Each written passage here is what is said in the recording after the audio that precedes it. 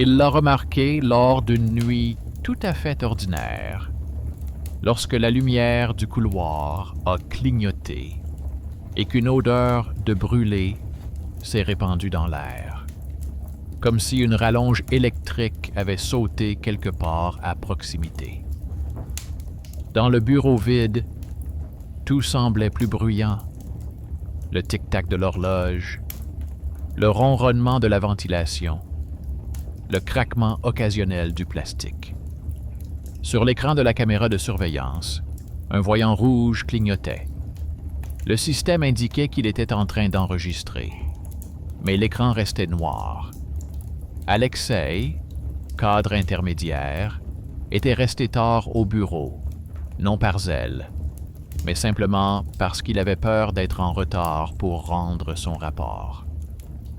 Son supérieur lui avait déjà fait comprendre à 2 reprises que la patience de la direction avait des limites. Il ne voulait pas perdre son emploi. Il avait un crédit immobilier, des parents dans une autre ville, une pension alimentaire à payer. Rester dans le bâtiment après minuit était désagréable, mais sûr. Les gardes étaient à leur poste, les femmes de ménage en bas. L'éclairage nocturne était tamisé. Et pourtant, ces dernières semaines, il se passait quelque chose d'étrange au bureau. Chaque matin, les tables brillaient, les poubelles étaient vides, les fenêtres propres, même les claviers étaient essuyés, alors que seules 3 femmes figuraient dans le planning des équipes de nuit et que l'une d'elles avait démissionné 2 semaines auparavant. Les caméras ne filmaient que des couloirs vides. Alexei a même plaisanté avec ses collègues en disant qu'un fantôme de la propreté était à l'œuvre. Mais les blagues ont rapidement pris fin lorsque la comptable a trouvé dans le coffre-fort des rapports soigneusement classés que personne n'avait remplis. L'écriture était régulière, soignée, avec de grandes lettres et des traces d'encre, comme si elle avait été écrite à la plume. Sur l'une des feuilles figurait la signature d'une femme de ménage décédée 10 ans auparavant dans un incendie dans ce même bâtiment, l'ancien siège de l'entreprise, qui a ensuite été rénové et rebaptisé. À l'époque, sa photo avait été diffusée dans les journaux. Une femme simple, d'une 40aine d'années, vêtue d'un uniforme portant l'emblème de la même entreprise. Personne ne voulait se souvenir de cette histoire. Mais maintenant, les coïncidences devenaient trop nombreuses.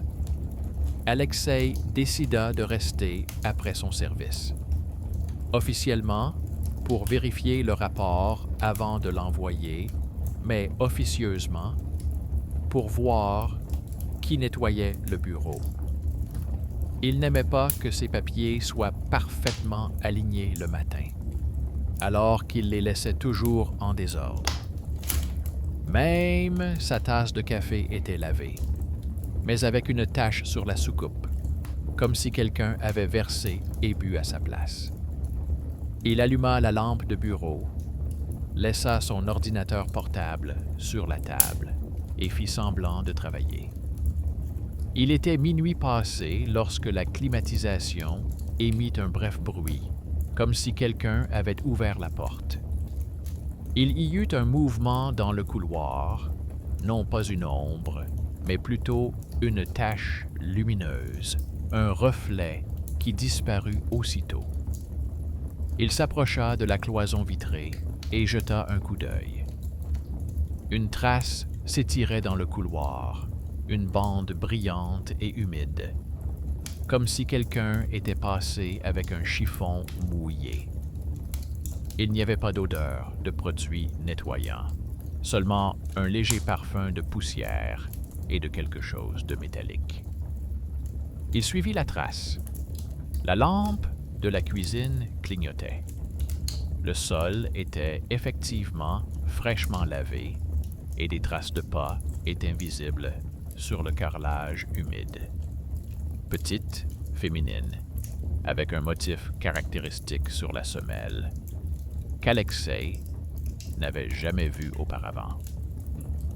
Il se pencha pour mieux voir et remarqua dans le reflet du réfrigérateur la silhouette d'une femme en uniforme gris, avec des gants blancs et sans badge. Elle essuyait la table, lui tournant le dos. Il voulut parler, mais fit un pas à la place, et le carrelage craqua sous son pied. La femme se retourna. La lumière éclaira son visage, lisse, calme, pâle, comme celui de ceux qui ne s'exposent plus au soleil depuis longtemps. Elle hocha la tête, comme pour reconnaître sa présence, et continua à essuyer la surface. Il remarqua qu'elle n'avait pas de nom sur sa poitrine, bien que son uniforme soit le même que celui des autres femmes de ménage. Il remarqua également que ses gants étaient secs, alors que le chiffon brillait de gouttes d'eau. Il recula. Il lui sembla que le bruit de ses pas était plus faible qu'il n'aurait dû l'être, comme si le sol lui-même étouffait l'écho. De retour dans son bureau, il essaya de se convaincre qu'il était simplement fatigué. Mais le lendemain matin, lorsqu'il arriva au bureau, il trouva une lettre sur son bureau, sans enveloppe, sans logo, simplement imprimée et signée au bas de la page. Avis de licenciement. La signature était celle de la femme de ménage, le nom qui figurait dans les anciens rapports. Il n'est pas allé voir ses supérieurs. Au lieu de cela, il a vérifié la base de données internes, dans la section consacrée au personnel. Il a vu que le nom de cette femme figurait bien dans la liste des employés. Dans la colonne « Statut », il était indiqué « En congé sans solde ». La date remontait à 10 ans. En dessous figurait le numéro du contrat de travail, archivé. Il a imprimé la page, l'a mise dans sa poche et s'est rendu au poste de sécurité. Le gardien de nuit, un homme âgé prénommé Sergei, a feuilleté paresseusement le registre des visites et a déclaré avoir effectivement vu la femme de ménage à 3 heures du matin, mais seulement du coin de l'œil. Il a dit qu'elle passait avec un seau et ne s'était pas retournée. Alexei lui demanda comment elle avait franchi le tourniquet, étant donné qu'aucun laissez-passer n'était délivré pour le service de nuit. Sergei hésita. Il répondit que la porte s'était ouverte toute seule, comme si quelqu'un avait passé sa carte. Il a proposé à Alexei de regarder les enregistrements. La caméra montrait effectivement le moment où la porte s'ouvrait, la lampe du hall clignotait, mais aucune personne n'apparaissait. Seule une ombre à peine discernable était visible sur le sol. Le gardien a haussé les épaules, disant que l'équipement était vieux, ce qui n'avait rien d'étonnant. Mais Alexei a remarqué quelque chose d'étrange. L'enregistrement se répétait sur le timecode. L'image tournait en boucle toutes les 30 secondes. Il retourna dans son bureau. Le document était à nouveau posé sur la table. Une copie du rapport de nettoyage. En bas, il y avait la mention « Accepté par le responsable Alexei L » et la date du jour. Mais il n'avait rien signé. Ce soir-là, il ne rentra pas chez lui. Il acheta un café au distributeur automatique, s'assit et se mit à attendre, observant le couloir. L'horloge tic-taquait lentement. La lumière bourdonnait. Tout semblait normal, jusqu'à ce que la lumière commence à s'éteindre. Pas tout de suite, mais lampe après lampe, en commençant par l'entrée. Bientôt, il n'en restait plus qu'une, au-dessus de son bureau. Quelque chose de blanc se reflétait dans la vitre en face. Une main qui essuyait lentement la poussière. Il se leva, mais ne fit pas un pas. La silhouette réapparut. La même femme, avec le même chiffon. Il comprit que l'éclairage ne s'éteignait pas simplement. Il semblait guider ses pas. Elle passa sans le regarder. Des traces propres et sèches restèrent sur le sol. Lorsqu'elle disparut au détour du couloir, Alexei remarqua que l'ancien logo de l'entreprise, celui qui avait été retiré de l'enseigne après l'incendie, était visible sur le bas de son uniforme. Il la suivit. L'escalier sentait la fumée, comme au début de la nuit. Sur le mur, il y avait des taches de peinture brûlée qui n'étaient pas là pendant la journée. Il descendit au rez-de-chaussée et trouva une porte avec une pancarte locale de service.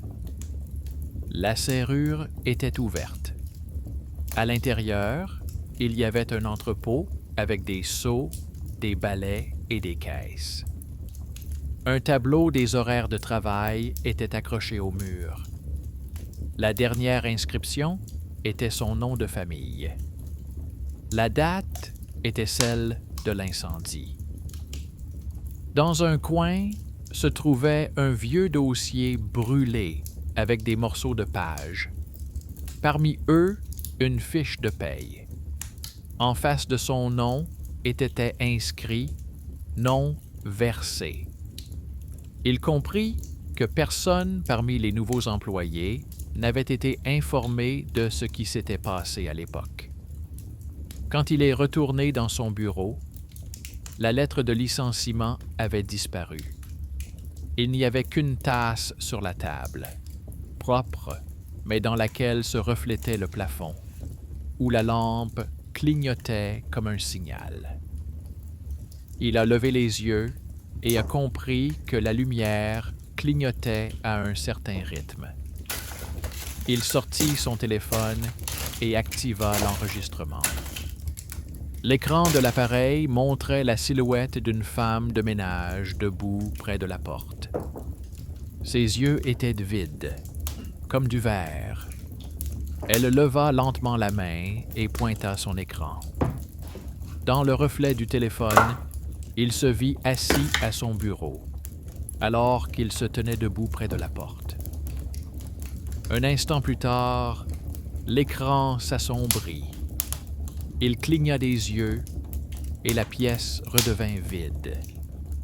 Seuls les sols brillaient et un chiffon était soigneusement suspendu au dossier de sa chaise. Le lendemain matin, tout semblait comme si rien ne s'était passé. La lumière fonctionnait, les caméras clignotaient comme d'habitude. Les employés se promenaient avec leur café et leurs dossiers, plaisantant à propos de la réunion de planification. Alexei essaya de se convaincre que sa vision nocturne n'était qu'un signe de fatigue. Mais son inquiétude persistait. Même les bruits du bureau semblaient différents. Les chaises ne grinçaient plus de la même façon. Les touches cliquetaient avec des pauses. Comme si quelqu'un d'invisible était assis à côté et tapait entre les espaces, entre les gens. Il ouvrit le tiroir de son bureau et y trouva une clé qui n'était pas là auparavant. Petite, d'un ancien modèle, avec un numéro effacé. Sur le porte-clés, il y avait la lettre H. Il ne savait pas ce qu'elle signifiait, mais pour une raison quelconque, il se souvint immédiatement du nom figurant sur la liste. Nesterova. C'était le nom de la femme de ménage décédée 10 ans auparavant. Il décida d'aller voir dans la cave. Officiellement, c'était un étage technique où l'accès était interdit sans autorisation. Mais la clé entra facilement dans la serrure, comme si elle avait été faite pour. La porte s'ouvrit dans le silence et l'air humide. Ça sentait la poussière, les produits d'entretien et quelque chose d'autre, comme de la vieille fumée. En bas se trouvaient des étagères avec des archives sur lesquelles étaient accrochées des étiquettes des années précédentes. La plupart des dossiers étaient recouverts d'une couche de poussière. Mais une boîte avait été ouverte récemment. À l'intérieur, il y avait une pile de rapports sur le nettoyage des locaux. Alexei se mit à les feuilleter. Les documents étaient classés par date jusqu'au jour de l'incendie, puis venaient des impressions sans cachet, comme si quelqu'un avait continué le travail après la mort de Nesterova. L'écriture était la même. La dernière page portait la date du jour. En bas, il y avait une signature régulière, soignée, avec le même N arrondi. La signature d'Alexei était à côté. Il sursauta. Il n'avait pas écrit cela. Sur l'étagère à côté se trouvait un vieux carnet à la couverture décolorée. À l'intérieur, il y avait des notes sur les changements, mais entre les dates apparaissaient parfois de brèves annotations. Recevoir le décompte, dette non réglée, le directeur a confirmé oralement. La dernière annotation était « Il a vu ». Il leva la tête. Au fond du sous-sol, une lumière vacillante, faible et chaude, comme celle d'une lampe, apparut. Il s'y dirigea. Le couloir se terminait par un mur, mais on pouvait voir dans le béton les contours d'une vieille porte murée avec des briques.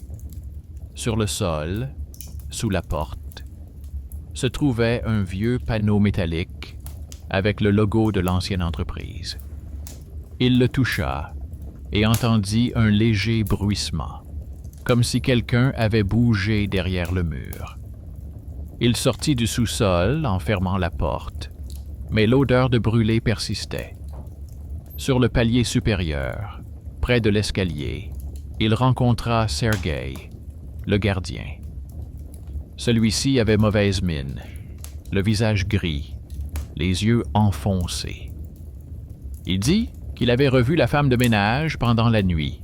Elle était descendue et n'était pas revenue. Alexei lui demanda s'il ne s'était pas trompé.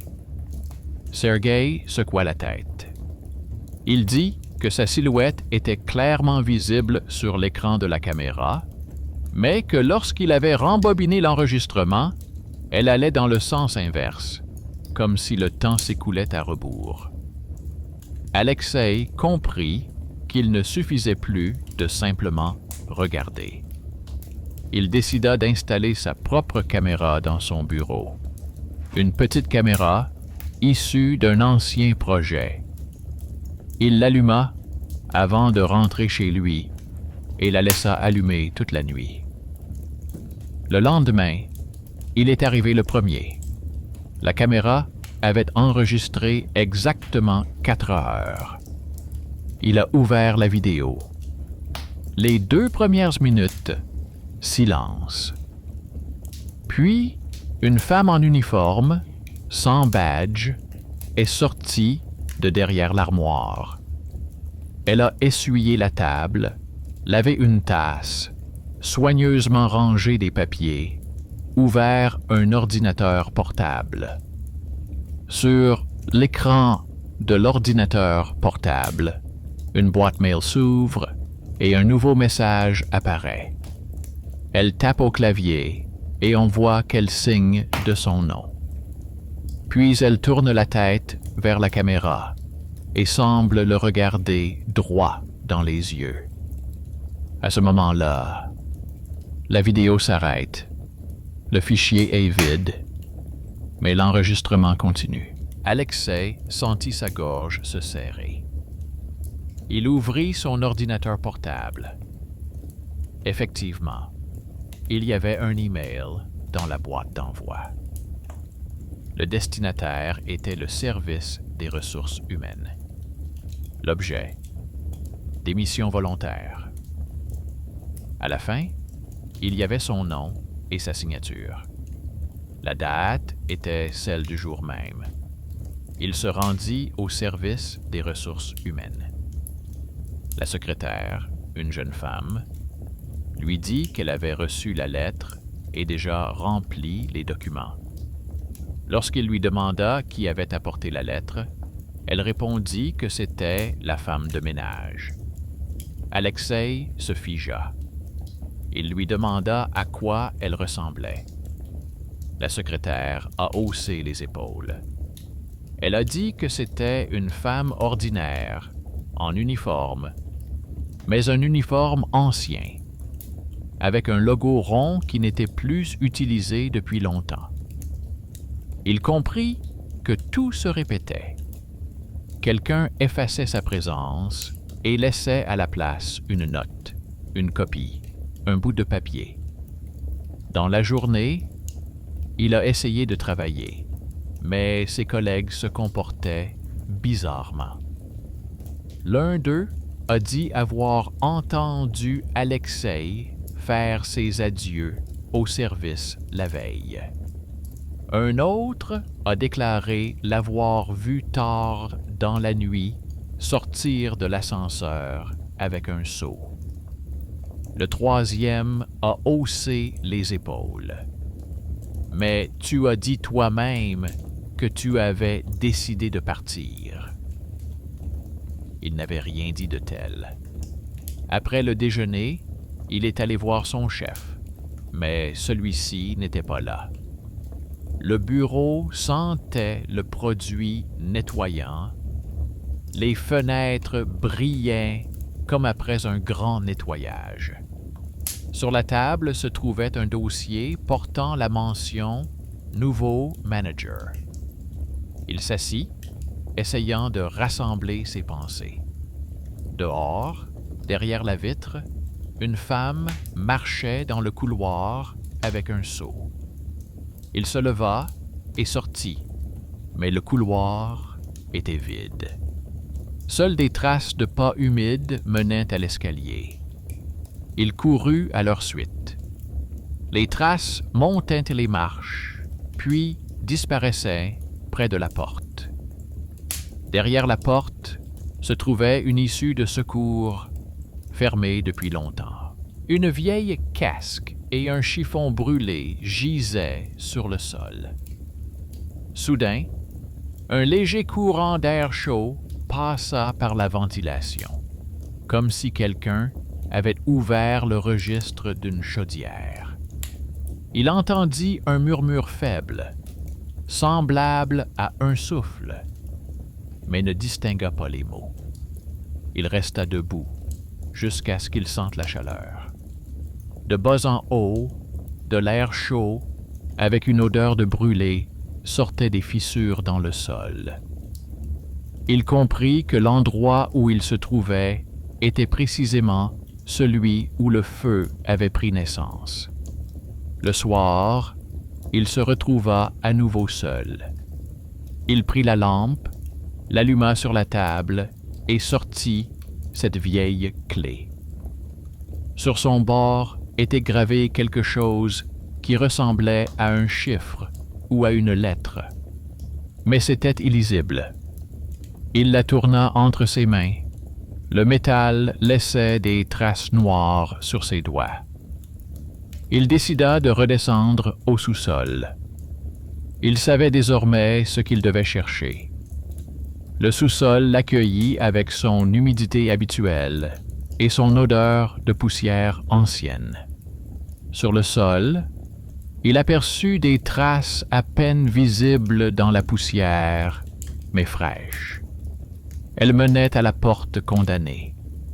Il s'assit devant elle, posa la lampe à côté et posa sa main sur la maçonnerie froide. La pierre était étrangement chaude. Un son sourd provenait de l'intérieur, comme si quelqu'un passait lentement sa main de l'autre côté du mur.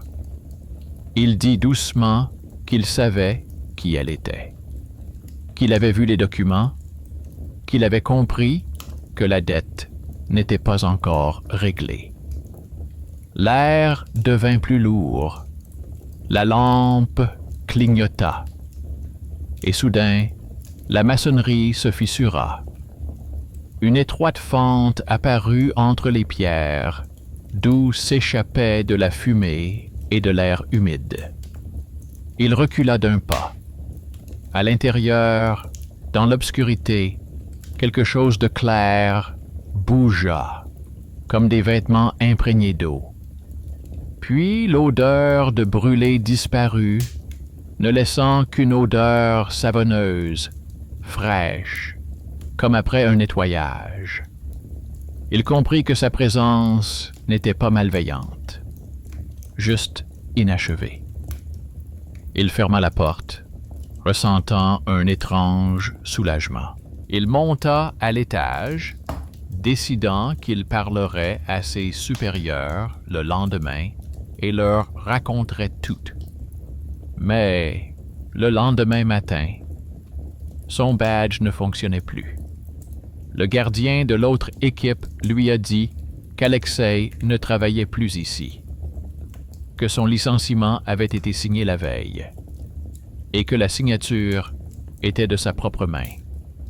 Il s'est dirigé vers la porte vitrée, derrière laquelle se trouvait son bureau. Un nouvel employé était assis là. Sur la table se trouvait son ancienne tasse et son bloc-notes. Les mêmes petits objets, mais ils ne lui appartenaient plus. Il essaya d'appeler, mais le téléphone indiqua un numéro inexistant. Une notification apparut à l'écran. Paiement pour le nettoyage reçu. Il ferma les yeux. Il lui sembla entendre à nouveau, au fond du bureau, le bruit sourd d'un seau roulant sur le sol. Et quelqu'un essuyait soigneusement et délicatement la vitre entre les deux mondes, afin qu'il ne reste aucune trace superflue à la surface. Le soir, il retourna devant le bâtiment, même s'il savait qu'on ne le laisserait plus entrer. De l'extérieur, le bureau avait l'air normal. Une façade lisse, des fenêtres éclairées, un gardien à l'entrée. Mais maintenant, cet endroit lui semblait étranger. Dans le reflet de la vitre, il se voyait comme un intrus, comme s'il avait déjà été là, mais qu'il n'en restait qu'une empreinte. Au tourniquet, il remarqua un mouvement familier. Une femme de ménage traversait le hall. Il la reconnut immédiatement, sans aucun doute. La même démarche, le même chignon serré, le même logo décoloré sur la manche. Elle portait un seau et un chiffon, et les gens autour d'elle ne la remarquaient tout simplement pas. Le gardien la regarda comme si elle n'était qu'une ombre ordinaire projetée par une lampe. Alexei fit un pas vers la porte, mais le tourniquet ne fonctionna pas. Il attendit alors que quelqu'un sorte et se glissa à l'intérieur. Le hall sentait le plastique propre et le carrelage humide. Chaque pas résonnait dans le vide. L'ascenseur, qu'il avait emprunté des centaines de fois, réagissait désormais de manière étrange. Les boutons ne s'allumaient pas tant qu'il n'avait pas appuyé sur l'étage où se trouvait son bureau. Les portes se sont fermées. La cabine s'est mise en mouvement. Il remarqua que le panneau miroir était trouble, comme recouvert d'une fine couche de suie. La lumière était allumée à l'étage. À sa place se trouvait un nouvel employé, jeune, sûr de lui, qui tapait à l'ordinateur sans prêter attention à ce qui l'entourait. Alexei voulut frapper, mais il se ravisa. Tout semblait avoir été effacé, comme une trace de poussière sur une vitre. Il marcha dans le couloir. Au bout, là où se trouvait auparavant la porte du dépôt, il y avait maintenant un nouveau panneau. Local de service, entrée réservée au personnel de nettoyage. La porte était entr'ouverte. Il jeta un coup d'œil à l'intérieur. À l'intérieur se trouvaient des balais à franges, des boîtes de produits chimiques ménagers et une vieille armoire en bois. Sur le sol gisaient des registres similaires à ceux qu'il avait vus dans la cave, et sa propre photo, collée sur un badge en plastique de nettoyeur. Sous la photo, une signature soignée. Alexei L., équipe de nuit. Il s'assit sur une chaise, sentant le froid lui transpercer les vêtements. Quelque chose bruissait sous son pied. Un vieux reçu. Il le ramassa. Dans la colonne « Nettoyage des locaux », il y avait la mention « Paiement effectué ». En dessous, la signature de Nesterova. La date était celle du jour même. Il comprit que l'endroit où elle avait autrefois terminé lui appartenait désormais, comme si la dette avait été transférée à la personne suivante qui était intervenue. Un léger bruit se fit entendre au fond du placard. Il ouvrit la porte. À l'intérieur était suspendu l'uniforme de femme de ménage, parfaitement repassé, avec une étiquette à l'ancienne. Il toucha le tissu.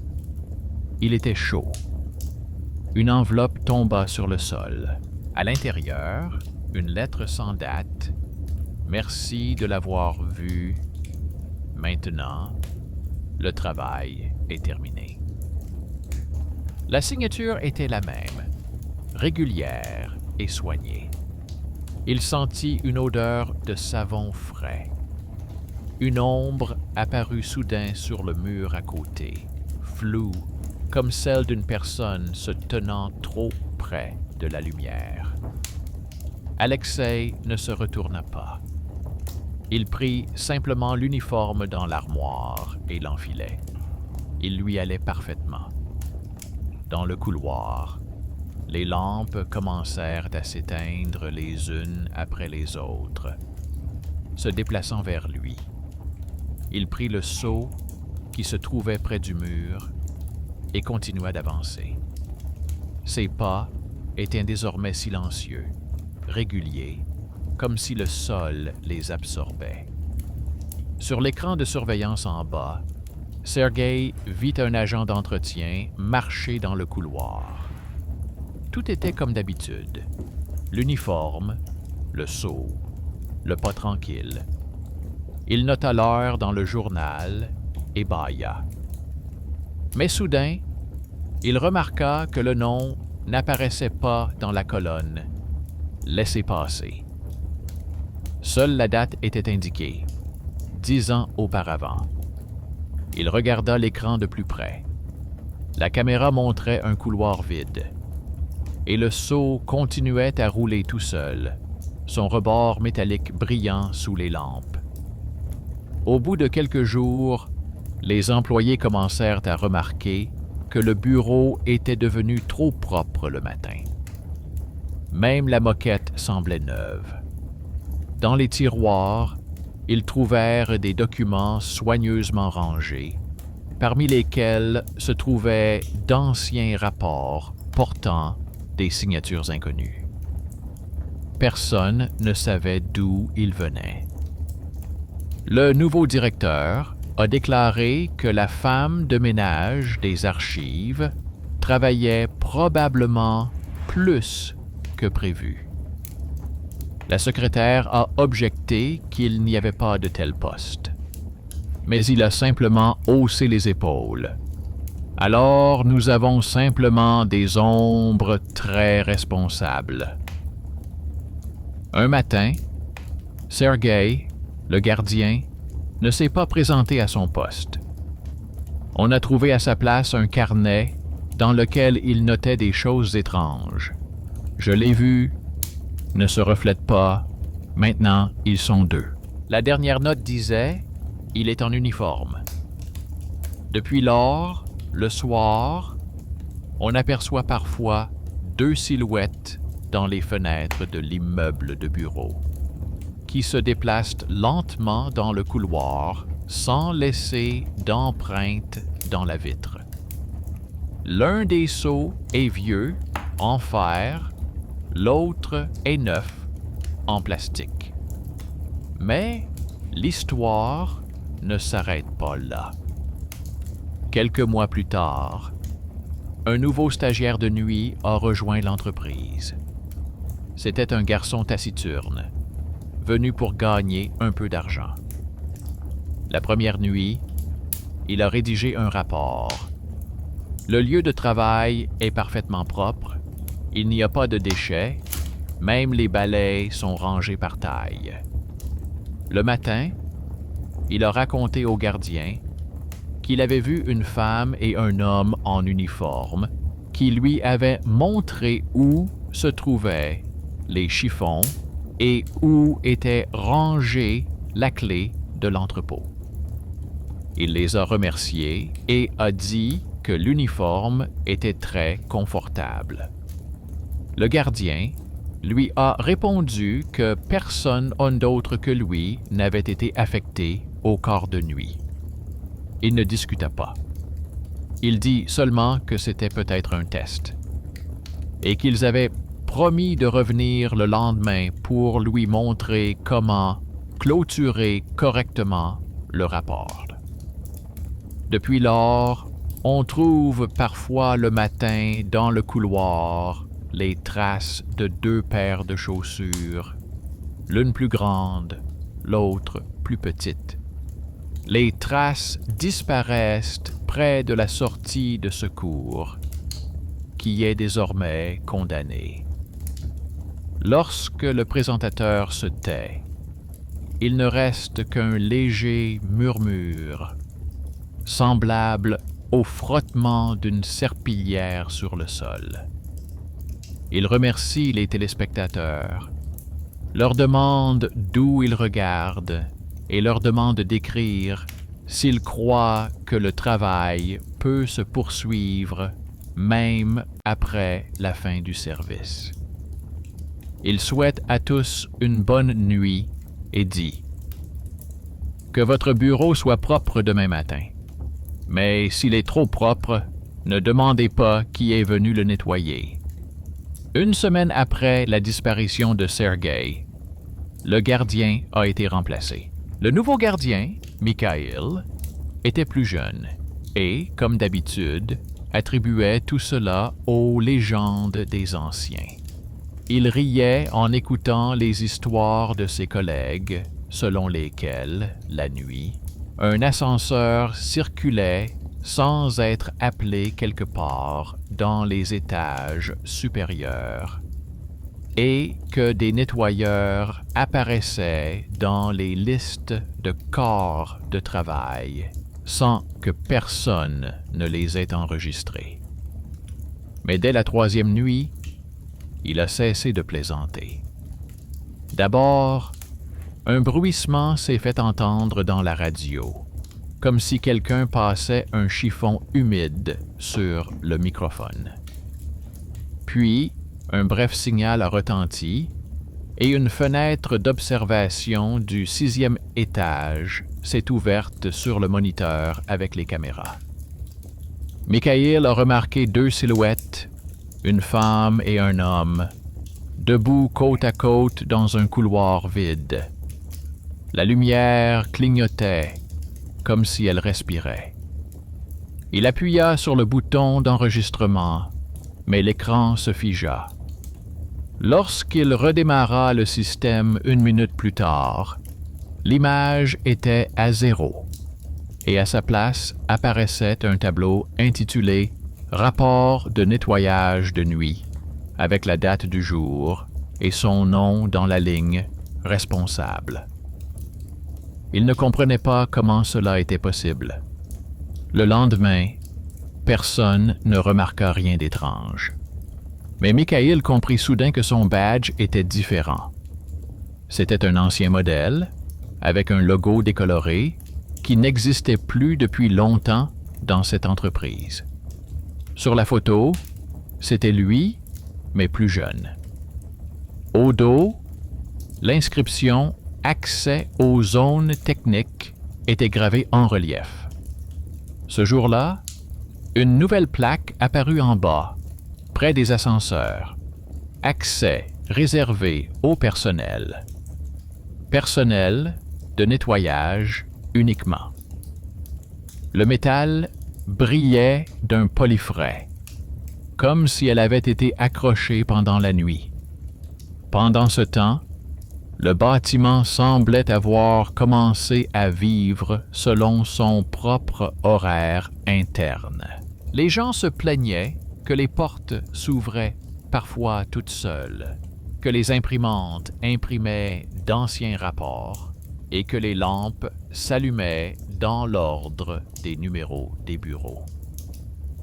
Tout le monde attribuait cela à des problèmes électriques. Seule la secrétaire remarqua une régularité. Les lampes s'allumaient strictement dans l'ordre du nettoyage des locaux, de la fin vers le début, de l'archive du sous-sol au bureau du directeur. Elle en a parlé au nouveau directeur, qui, incrédule, est resté sur place pendant la nuit. À 2 heures, tout s'est répété. Les lampes se sont allumées les unes après les autres, silencieusement, comme si quelqu'un passait à côté pour vérifier. Puis, une femme en uniforme gris est sortie de l'ascenseur. Elle ne regardait pas autour d'elle, elle marchait simplement droit devant elle, laissant derrière elle une traînée brillante et nette. Un homme, vêtu d'un autre uniforme, poussait un seau. Le directeur a appelé la sécurité, mais quand les agents sont arrivés, le couloir était vide. Ils ont vérifié les caméras. La vidéo commençait par le chef debout près de la fenêtre, avec 2 silhouettes déjà reflétées derrière lui. Au matin, le système de sécurité a connu une défaillance. Le journal des visites a été réinitialisé, mais une seule ligne est restée dans les archives. Changement terminé, personnel évacué. Sous cette inscription figuraient 2 signatures, Nesterova et Alexei L. Le lendemain, le chef a remis sa démission. Il a dit qu'il voulait changer d'air. Il a été remplacé par un employé temporaire et l'entreprise a commandé un nettoyage général pour la forme. Le jour prévu, personne n'est venu, mais le lendemain, tout le bâtiment brillait de 1000 feux. Même les cloisons en verre, habituellement ternies par les traces de doigts, étaient devenues transparentes comme de l'eau. Le nouveau directeur, embauché un mois plus tard, ne croyait pas aux légendes au départ.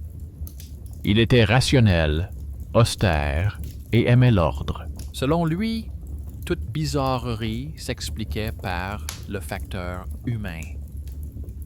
Quand on lui a parlé des nettoyeurs nocturnes sans visage, il s'est contenté de sourire.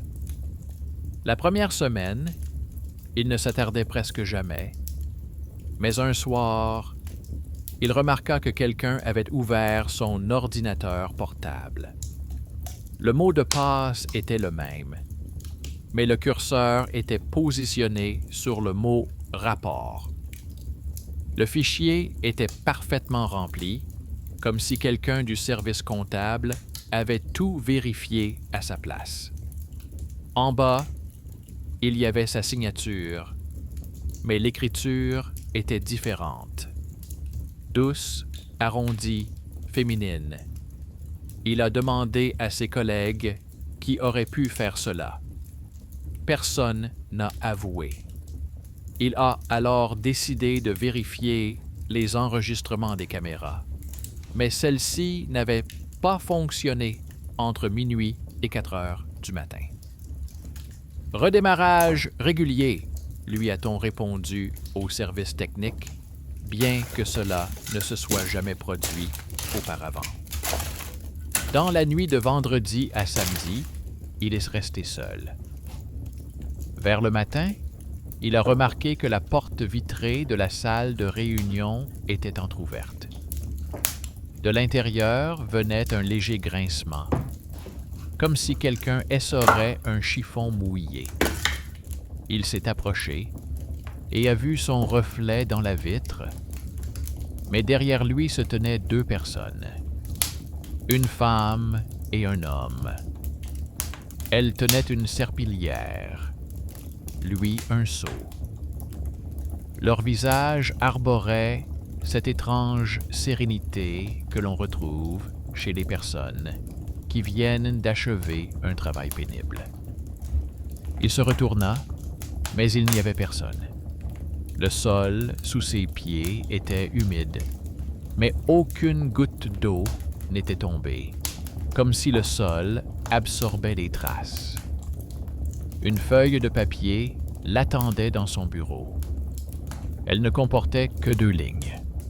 Travail accepté. Bienvenue dans l'équipe.